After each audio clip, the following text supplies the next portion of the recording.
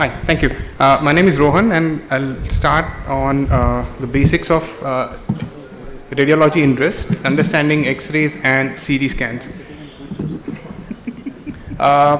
Everybody knows how to take X-rays. So these are the basic X-rays, the PA and the lateral view. And when we are suspecting a scaphoid fracture, then obviously a scaphoid view.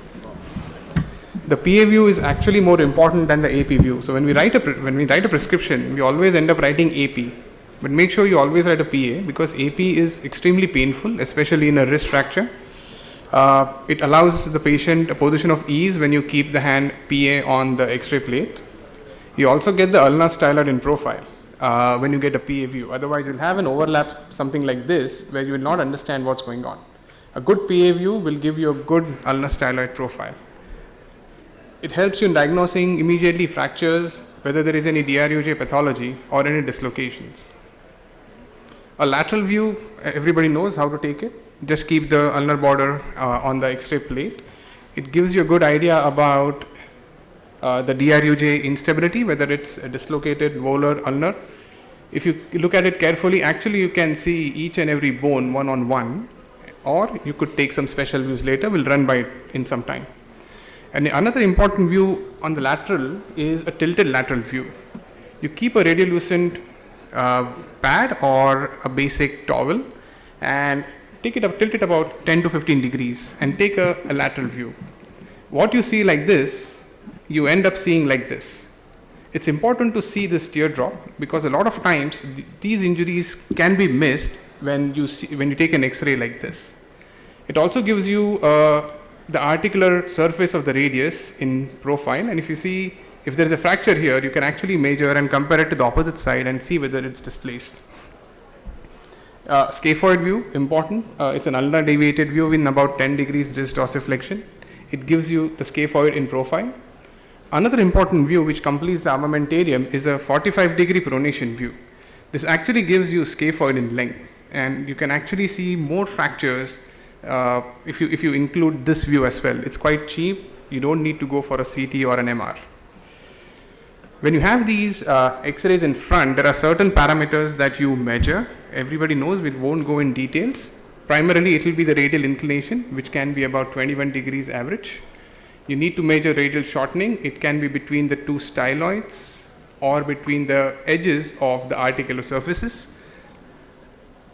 You also measure the volar tilt. That's primarily on the lateral view. It's about 20 degrees volar to about 5 degrees dorsal. Anything beyond these can be considered as unacceptable, and then you can plan for either fixation or reduction.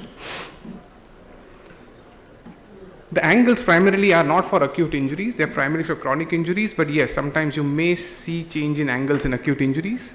They would be the scapholunate angle, the capitolunate angle, and the carpal height.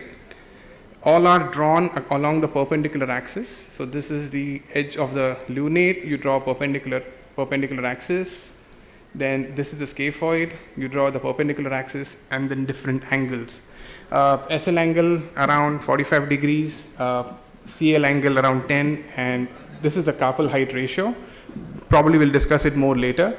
This is the distance between the radial edge to the tip of the capitate divided by the length of the third metacarpal, around 0.5 degrees.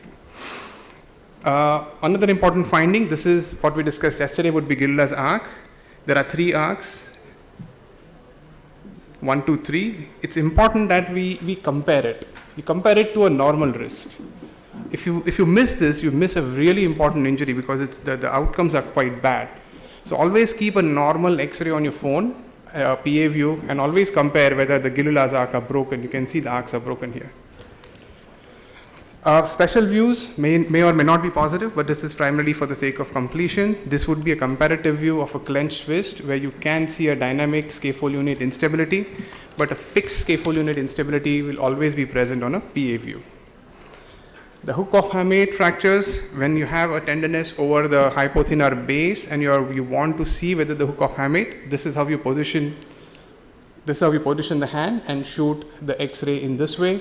You can actually see a good hook of hamate, and you can actually see the fracture and even classify it. You don't need an MRI or a CT for this. Sometimes you get these severe pains over the hypothenar eminence. You can get a simple 20-degree supination. This is a lateral, just tilted 20 degrees, and you can see the pisotriquetral joint. You can also see pisiform fractures well in this. When to ask for CT? Now, we will have a discussion later with the faculty where and when to ask for CT. For me, if I find something suspicious, then I would always ask for a CT, irrespective of whether I feel I'm confident or not. See this PA view. The mid-carpus is okay, but there's something going on here. You know, I don't see a radioscaphoid joint at all. When I see a lateral view, I still don't see anything much, but there's something here. I tried to take a tilted lateral view, but there was a lot of overlap. So these are the situations where you are really suspicious of something. You do end up getting a good CT scan, and you can see there's a volar lunate fragment that has come off, and it has come off significantly. So the axial CT and the coronal CT, the sagittal CT would give you a good idea of what the fracture configuration is. When you have really comminuted intra-articular fractures and you don't know what is the articular status, this would be a good idea. You can see the coronal planes, you can see a depressed fracture, you can see the sagittal views, and you can see a depressed die punch, because this changes your line of management. When you have something complex like this, something's going on here, it's a chronic patient, a CT scan will tell you how much or how badly the joint is affected. Finally, when you have done a post-op X-ray, or you do get referred with some patient, and again, something is wrong, the patient is not happy, doing multiple X-rays may not give you a good idea. But if you see here, there was a missed dorsolunal fragment, which is quite visible here on a CT scan. This again allows you to plan whether you want to do any further fixation or conserve it, and you go ahead. So the take-home message is good X-rays in fact will allow you to get a good diagnosis of the injury. Okay, look on the X-rays, what you feel positive is on examination, and CT scan would add to a good armamentarium if you are suspecting a fracture but you don't see it. Thank you.